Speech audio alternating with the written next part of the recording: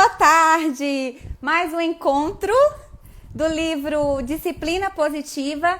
Sejam muito bem-vindos! Eu vou convidar agora, desde Ladentim, para a gente iniciar esse encontro do capítulo 4, olhando para o mau comportamento do seu filho. Fica aqui com a gente, serão 30 minutos de live, vai ser rapidinho e vamos falar de coisas muito importantes. Olá! Oi, minha gente! Tudo bem? Boa Seja tarde! bem-vinda! Obrigada. Que alegria poder estar aqui. Tava pensando, né? Hoje, 19 de dezembro, todo mundo na correria do Natal, preparação de Natal.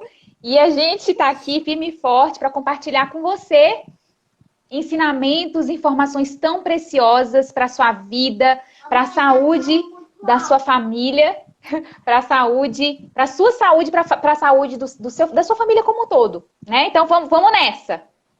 Vamos lá, Deise, começando aí o capítulo 4, olhando para o mau comportamento do seu filho. O primeiro ponto que a autora aborda é sobre a questão da nossa responsabilidade como adultos no mau comportamento dos nossos filhos. Como que isso funciona, né? Às vezes a tendência é olhar para a criança e culpabilizá-la, rotulá-la, estigmatizá-la, colocando a criança como o bode expiatório, como o responsável por aquele problema, né? Então, o olhar vai direcionado para a criança, né? Como uma criança difícil, uma criança teimosa, uma criança problema. Só que a gente tem que entender que, na verdade, a criança ela está manifestando um sintoma de um problema que é familiar. A criança é vista como um bode expiatório, né? Mas, na verdade, ela é um porta-voz de um problema muito maior e que envolve toda a família. Por isso, aquela famosa frase que eu sempre digo aqui, quando eu me transformo, o meu filho muda. Porque a responsabilidade de mudar a relação com os nossos filhos, ela começa a partir de nós, não das crianças. Então, os adultos precisam se autorresponsabilizar, entender que eles são adultos dessa relação e que eles devem conduzir a criança à autorregulação. Porque, gente, a criança, ela não nasce sabendo, né? Ela não sabe lidar com as frustrações, com as emoções, ela não sabe lidar com as adversidades da vida, porque são imaturas, né? Nós, como os adultos, vamos ajudá-las, vamos ensiná-las a se autorregular, para que quando adultos, elas possam ser capazes de ser protagonistas das suas próprias histórias, né? E em vez de deixar que as emoções as dominem, elas dominarem as suas próprias emoções de maneira saudável, de maneira assertiva. E como que a gente vai fazer isso? É ensinando agora, né? Quando elas são crianças, mudando o nosso próprio comportamento, nos autorregulando, né? E ajudando, ensinando a criança a se autorregular. É fantástico isso, gente. É libertador quando a gente entende que a criança, ela não é a culpada por todos os problemas familiares, mas é apenas um porta-voz de um problema muito maior. E é claro que para falar sobre isso, a gente precisa chamar a necessidade, refletir sobre a necessidade de autoobservação. Complementando isso que Kaline falou, para percebermos as dinâmicas que estão por trás, os códigos que estão por trás dos maus comportamentos, nós precisamos observar primeiramente a nós mesmas. Como que você reage quando você está com raiva? Você já parou para observar isso? Como que você reage quando você está frustrada? Qual que é a sua tendência? Você observa a emoção no seu corpo? Como que ela opera? Como que você normalmente, quais são suas tendências de comportamento quando você está tomada por essas emoções? Por quê? Nós só vamos... Uma das coisas que acontece é que muitos maus comportamentos, eles são reflexos do nosso próprio comportamento enquanto adultos. Então, o primeiro convite é exatamente observar como que você lida com as suas emoções. Essa questão da autorregulação que a Kaline falou. Como que você... E aí é um chamado mesmo, né, gente? É um exercício diário. A autoobservação, o autodomínio, é um exercício diário. A gente não faz uma vez só na vida e a gente fica expert. A gente exercita sempre. E em constante aprendizado para que a gente tenha esse poder de escolha. Porque quando a gente se observa e entende o que está acontecendo com a gente tem a opção de escolher. Escolher se acalmar, escolher o momento certo para conversar, primeiro para se compreender e para conversar com a criança e buscar entender o que está por trás dos maus comportamentos. Porque como a gente já falou nos capítulos anteriores, nos encontros anteriores, a criança quer ser aceita e ela quer se sentir importante. Essa é uma necessidade do ser humano. E o que está por trás dos maus comportamentos é exatamente essa necessidade de se sentir aceito e de se sentir importante. Se os maus comportamentos, eles existem, é porque essa mensagem ou essa necessidade não está sendo suprida da maneira como essa criança precisa. É isso mesmo, Deise. É libertador quando a gente olha para a situação com consciência, não se culpando, né? Não nutrindo sentimentos, né, de vergonha e de culpa, mas olhando com consciência no sentido de autorresponsabilização. O que eu posso fazer para mudar essa situação? Né? Como eu posso conduzir, né, esse conflito na relação com meu filho de maneira mais saudável e assertiva possível? Eu estou lembrando aqui de uma situação que assemelha muito, né? Essa questão de ser assertiva no conflito com os nossos filhos. Eu lembro que o meu esposo, ele tinha uma dor de cabeça muito forte, muito intensa e muito constante. Então, ele acordava com dores de cabeça todos os dias.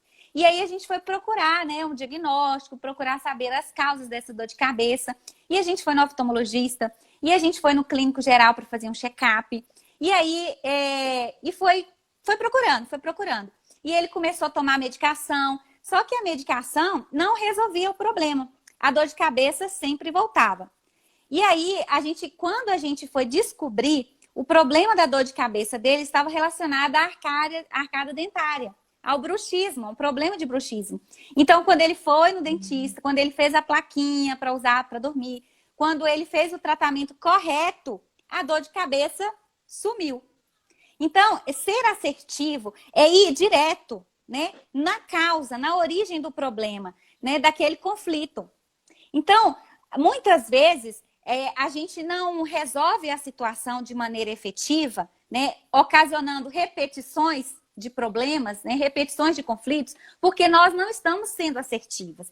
Então, chega um momento que você tem que aceitar e admitir a sua não assertividade e falar, peraí, eu não estou sabendo lidar com esse problema, porque o problema não cessa, não se encerra. Então, eu preciso pedir ajuda. Uma coisa é você estudar sobre desenvolvimento humano, desenvolvimento infantil, conhecer o funcionamento do cérebro da criança, porque muitas vezes, né, você não está sabendo lidar com aquela situação por causa das suas expectativas erradas sobre o comportamento da criança. Muitas vezes a gente espera algo que a criança não tem condição cognitiva, tá, de responder, porque o cérebro dela não tem maturidade suficiente para dar uma resposta, né? Então, a gente estuda para tirar carteira, a gente faz curso de noivos para casar, não sei se você fez, Deise, mas eu fiz curso de noivo para casar. A gente faz faculdade para exercer uma profissão. Eu estudei para estar aqui, porque durante a semana eu li o capítulo, eu fiz resumo do capítulo, né, para compartilhar o melhor para vocês. Então, a gente estuda para tudo. Mas quando se trata de criação de filhos, a gente não estuda, a gente não corre atrás, a gente não busca compreender a dinâmica. Porque a gente entende que como eu fui uma boa filha, eu serei uma boa mãe. O fato de ter sido filha, né, eu serei capaz de lidar com os conflitos dos meus filhos. Só que não, a gente não nasce sabendo e a gente não nasce mãe. Não é instintual. Eu entendo que muitas coisas fazem parte do nosso instinto mesmo, né? Como proteção, como fazer uma leitura das necessidades dos nossos filhos, né? Isso, muita coisa tem a ver com instinto, mas outras não. Outras habilidades precisam de ser desenvolvidas. E isso a gente só vai desenvolver estudando sobre desenvolvimento infantil.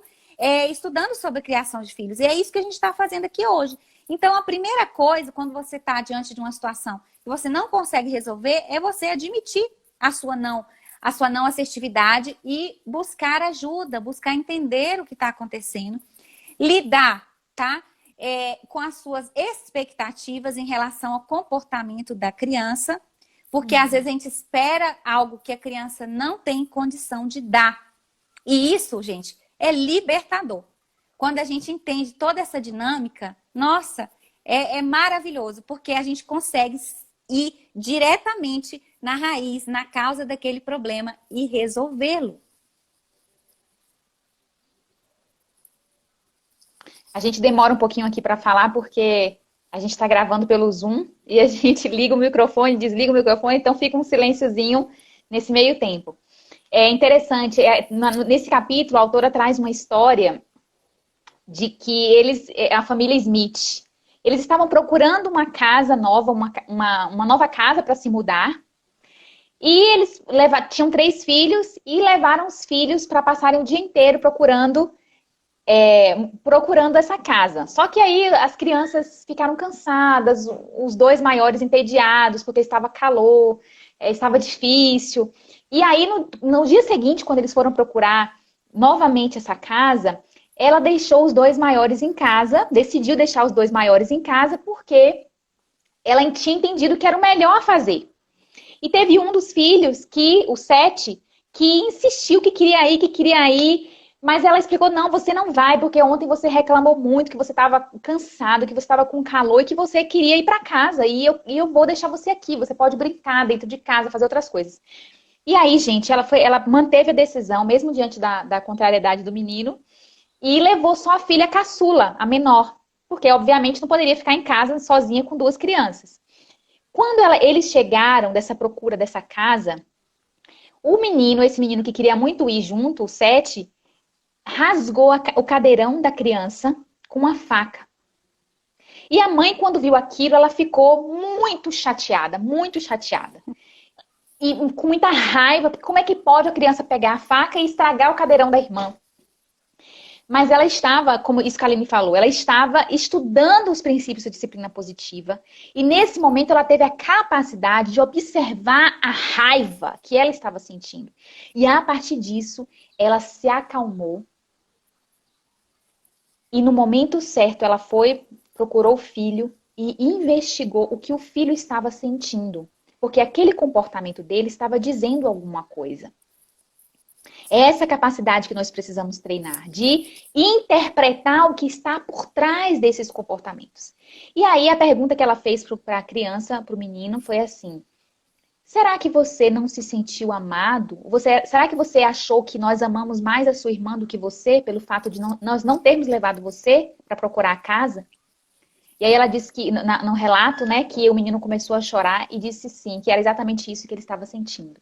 E aí a conversa se seguiu e ela afirmou o amor por ele, afirmou que ele era importante, que ele era aceito, e explicou todo o contexto, o porquê da decisão dela, mas que isso não mudava, o fato dele ter feito aquilo com a cadeira não mudava o amor que ela sentia.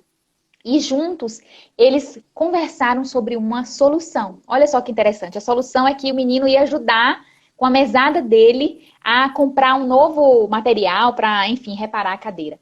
Então, é sobre isso que a gente está falando, gente. Sobre essa capacidade de observar o que está por trás. Porque, como a gente já disse, o tempo todo essa necessidade é latente de amor e de aceitação. E os comportamentos que são desaprovados, que não são aceitos, as criancices, né, Kaline, como você disse essa semana, elas fazem parte, porque muitas vezes nem a criança mesmo tem a condição de entender o que está acontecendo com ela. Mas se nós tivermos essa perspicácia, essa inteligência e cada vez mais nos aprofundarmos nesses conceitos maravilhosos e entendermos sobre como funciona o comportamento da criança, a mente da criança, nós seremos capazes de agir como adultos maduros, que primeiro se observam, que primeiro se compreendem e têm autodomínio. E a partir disso, ensina as crianças a agirem da mesma forma. É isso mesmo, Deise. Quanto mais entendermos sobre o comportamento das crianças e sobre o nosso próprio comportamento, mais seremos efetivos. né? É outra coisa que eu queria falar também é sobre os 4 objetivos equivocados. Que a criança, ela se comporta mal porque tem uma necessidade ali que não está sendo atendida. E essa necessidade, ela pode ser uma necessidade física, né? Às vezes, a criança está com sono, às vezes a criança está com fome. Isso aconteceu uma vez que eu fui dar vacina para o Tomás e eu saí do lugar da vacina, foi uma vacina forte que ele tomou. Em vez de eu voltar para casa, né, para poder dar os cuidados e colocar ele para dormir, eu fui visitar a minha sogra. E aí chegou lá, já era tarde, já era umas 7 horas da noite. Ele começou a chorar porque ele estava com sono e ele estava sofrendo, sentindo dor. E aí eu dei um pouco de pirona para ele, para aliviar a dor, né? Mas ele estava com sono e ele chorava e as pessoas ali, e eu querendo, preocupado com o que as pessoas iam pensar daquela situação. E eu naquela toda... Eu falei, gente, eu contribuí para aquele comportamento do meu filho, né? Então, é um bebê que estava com sono, que tinha tomado uma vacina, então isso é super natural. E eu estava ali na casa da minha sogra querendo conversar, querendo jantar, comer pizza, querendo me relacionar. Né? Se eu tivesse feito uma leitura mais certa daquela situação, visto que a necessidade do meu filho, a necessidade física naquele momento era dormir e era ser cuidado porque ele estava sentindo dor, né? Nada daquela situação tinha acontecido. Então, meu filho ficou irritadíssimo, chorando. Eu atrapalhei as outras pessoas que queriam comer pizza e eu ali naquela situação com o bebê chorando, né? Eu me atrapalhei naquela confusão toda porque eu nem consegui comer direito, nem consegui me relacionar direito, ou seja, não foi bom para ninguém. Né? Então, se eu tivesse feito uma leitura mais certa da necessidade que meu filho estava me comunicando, nada daquilo tinha acontecido. Eu tinha vacinado ele, eu tinha ido para casa e combinado em uma outra situação comer pizza na casa da minha sogra. Entendeu? Então, a necessidade do nosso filho, atrás desse mau comportamento, pode ser física, pode ser emocional, né? Querendo atenção. Isso acontece muito quando a gente fica no celular e o filho quer a nossa presença o tempo todo. Eles querem estar com a gente, né? E aí, eles ficam fazendo maus comportamentos porque eles querem que a gente deixe o celular e vá brincar e vá atender às suas necessidades emocionais de atenção, de afeto, de presença, de tempo, de qualidade. Às vezes, essa necessidade pode ser relacional, pode estar relacionada ao contexto em que a criança está inserida, né? Ao contexto social em que essa família está inserida. Então, a gente tem que observar os nossos comportamentos, entender os nossos comportamentos, observar o comportamento das crianças e entender esses comportamentos para fazer uma leitura mais correta e agir assertivamente. E ela coloca que atrás desse mau comportamento existe uma necessidade que a criança está comunicando, né? E que atrás desse comportamento existe uma crença de que eu não me sinto aceita e nem importante. Então, todo ser humano tem essa crença de se sentir aceito e importante. E ele vai demonstrar isso, não é dizendo, mamãe, eu preciso da sua atenção, porque nesse momento eu não me sinto importante, eu não me sinto aceito e amado por você. Ele não vai falar isso, porque a criança não tem maturidade para elaborar isso e comunicar dessa forma. A criança vai fazer um tanto de coisa para chamar a sua atenção. Então, são 4 objetivos e crenças equivocadas, né? A primeira é a atenção indevida. A gente fala que as crianças comunicam-se por códigos. E nós, como mães, devemos ser tradutoras, tentando observar e decodificar esses códigos. Então, às vezes, a crença equivocada por trás da atenção indevida é: eu só me sinto aceito e importante quando você me dá atenção. É aquela criança que faz de tudo para chamar a atenção dos pais o tempo todo, porque ela tem uma necessidade de atenção grande, maior, muitas vezes, do que outras crianças, né? Então, isso acontece? Acontece. Isso diz de temperamento, de personalidade. Tem a segunda crença equivocada, que é poder mal dirigido. São conflitos que acontecem por disputa de poder. Gente, Daisy, meu filho tem 1 ano e 6 meses. E ele faz disputa de poder o tempo todo. Eu acho que diz do temperamento dele, sabe? Eu vejo que é disputa de poder. Eu vejo que ele quer mostrar, sabe, que eu não mando nele e que ele que é o dono da situação, ele que é o chefe da situação. Vocês acreditam? 1 ano e 6 meses. É um líder. É um líder. Olha que lindo. Em vez de você olhar para o poder mal dirigido como uma pessoa, um negócio assim, nossa, é uma pessoa problemática, é uma pessoa mandona, é um líder. Olha, meu filho nasceu um líder nato. Ele tem isso, é uma característica da sua personalidade. E eu não vou lutar contra isso, né? Eu vou encorajá-lo, né? Porque a gente tem que, é a maneira como a gente enxerga para aquela situação, para aquela característica, não como negativa, mas como positiva. E eu vou mostrar para ele que ele pode usar o poder, mas de maneira positiva, de maneira correta, se respeitando e respeitando os outros naquela relação, né? Então, a pessoa, é aquela criança que se sente amada e faz o tempo todo disputa de poder com os pais, porque ela se sente amada quando ela manda, quando ela domina aquela situação. E terceiro, é a vingança. É aquela crença equivocada que diz assim, eu não me sinto aceito, mas pelo menos eu posso me vingar. E a gente está falando dessas características, mas não é só de criança não, tá? Nas nossas relações com os nossos maridos, com a nossa família, com os nossos colegas, a gente percebe isso o tempo todo. E aí aquela pessoa, por exemplo, que ela fala assim, ela quer se vingar e ela quer fazer com que você se sinta mal, que você se sinta triste, que você se sinta culpado, que fazem aquela chantagem emocional com você. Você não gosta de mim, você não se importa comigo, né? Eu te odeio, você me odeia. Sabe aquele negócio? E o quarto, que é a inadequação assumida. É aquela criança que tem um problema de autoestima e que ela se sente inadequada, ela se sente incapaz. E aí, através daqueles maus comportamentos, ela mostra isso. E aí, para a gente ser assertivo, né? A gente precisa encorajar aquela criança. Falar assim, filho, eu entendo que você está se comportando dessa maneira porque você não se sente amado, porque você não se sente inteligente para fazer essa lição. Mas você e eu confio em você, eu acredito em você. Então, a gente pega esses 4 objetivos equivocados, essas 4 crenças, tá? E se a gente fazer uma leitura correta dos comportamentos dos nossos filhos, a gente vai usar a ferramenta certa de acordo com cada comportamento. Entendeu? Então, aí, eu vou solucionar o problema de maneira mais saudável possível e de maneira mais efetiva, mais rápida, sabe? Sem ficar se estendendo aquele conflito, aquele sofrimento que passa anos, décadas e uma vida inteira. Que tem pais que disputam poder entre eles, o filho cresce, o filho está com 50 anos, está disputando poder com o pai, né? E a mãe está ali disputando poder com o filho. Tem uma coisa, né, Kaline? O fato de essa capacidade de responder adequadamente também passa pela aceitação. Pela aceitação do seu filho, do temperamento dele, da personalidade dele. Porque tem famílias que, às vezes, um filho é mais calmo, mais passivo, e o outro já é mais líder mesmo, já tem um temperamento mais forte. E eu observo que tem algumas famílias que têm dificuldade de aceitar.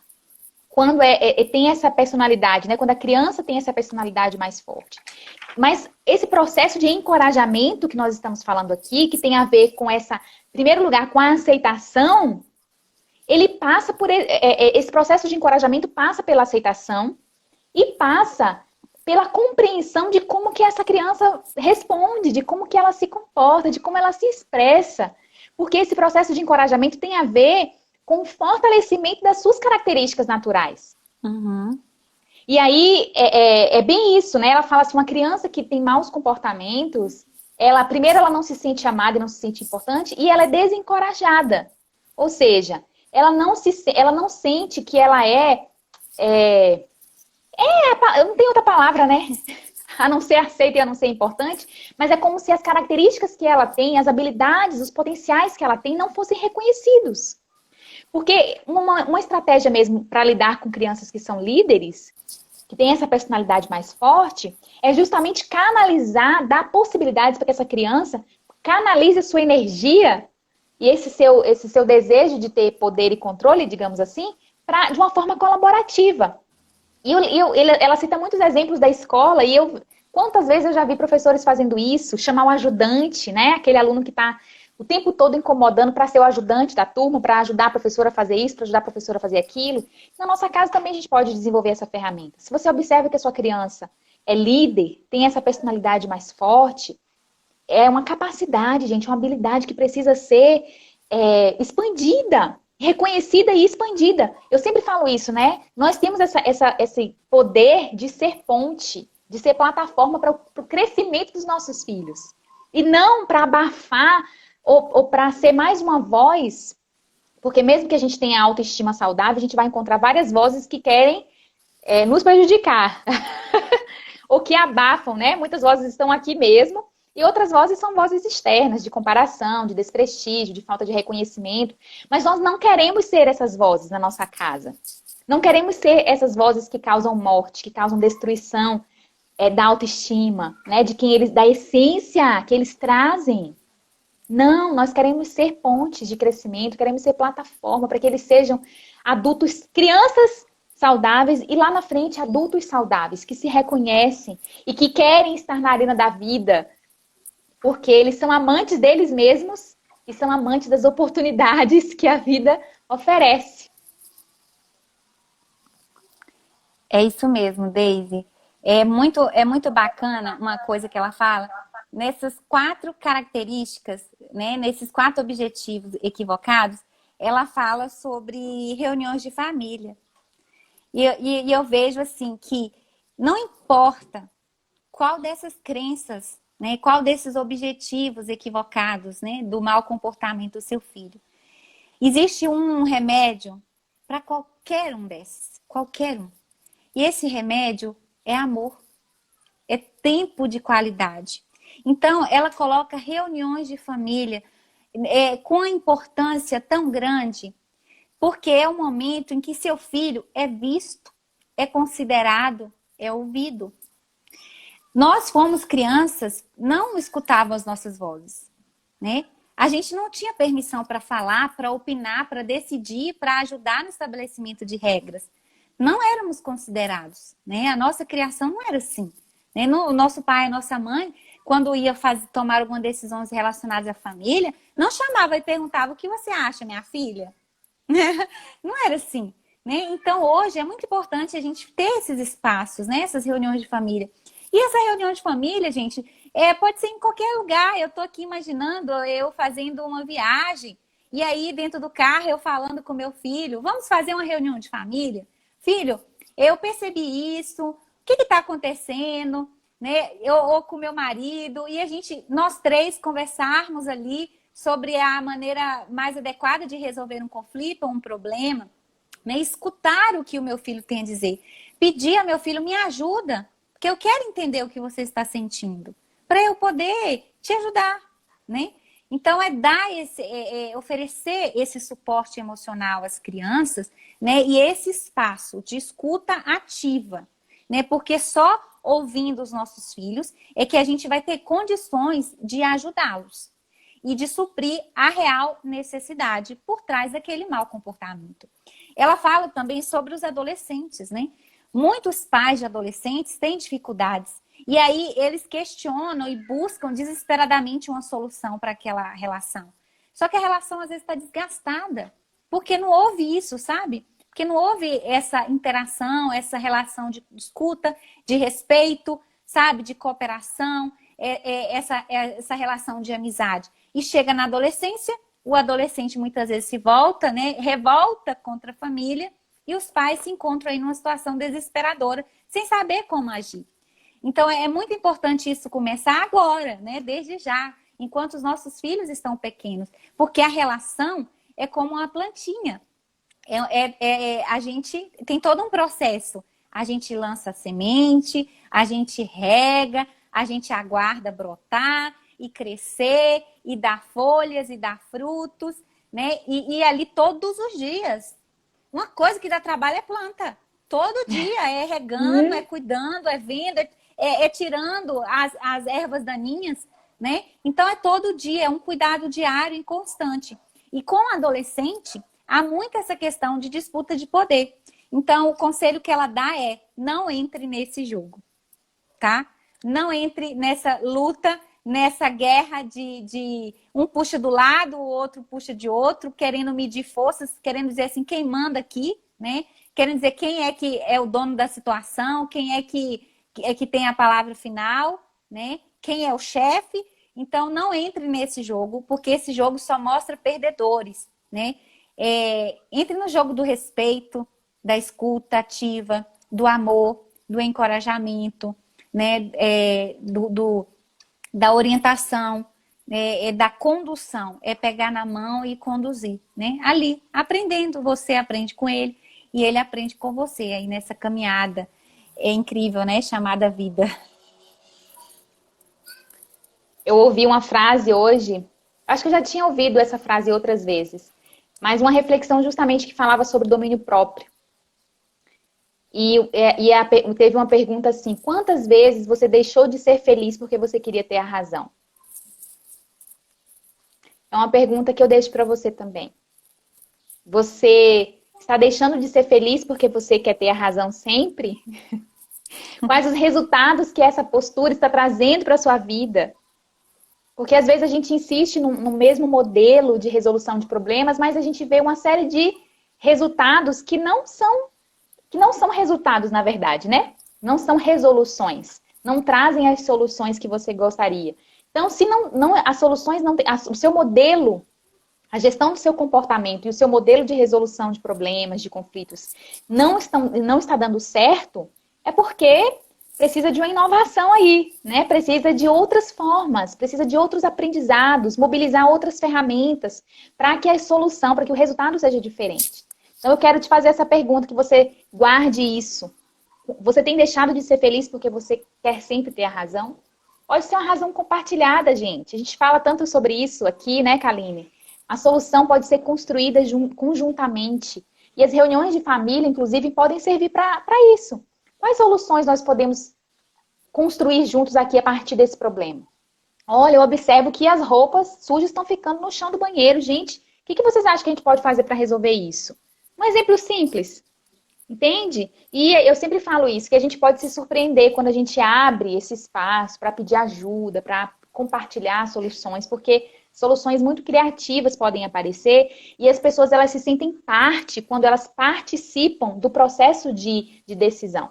Elas se sentem mais motivadas a colaborar. Então, experimenta isso, né? A gente está indo para o final, né, Kaline? É isso aí. A gente está muito feliz por compartilhar. É um privilégio compartilhar. Enquanto a gente compartilha, a gente cresce muito, como você falou, porque a gente estuda e a gente quer que você também tenha esse desejo de aprender cada vez mais sobre esse assunto. Compra esse livro, gente, leia junto com a gente, aproveita essa oportunidade, leia, estude, se aprofunde nesses assuntos, porque eu tenho certeza que vai ser um livro que vai colaborar com a sua vida, viu? É isso um mesmo. Abraço para você. Um beijo, Deise. Um beijo para todo mundo que participou e para as pessoas que ainda vão assistir esse vídeo, né? Um beijo. Sintam-se abraçadas e um ótimo final de semana para todos vocês. Obrigada, Deise. Tchau, gente. Obrigada. Um abraço.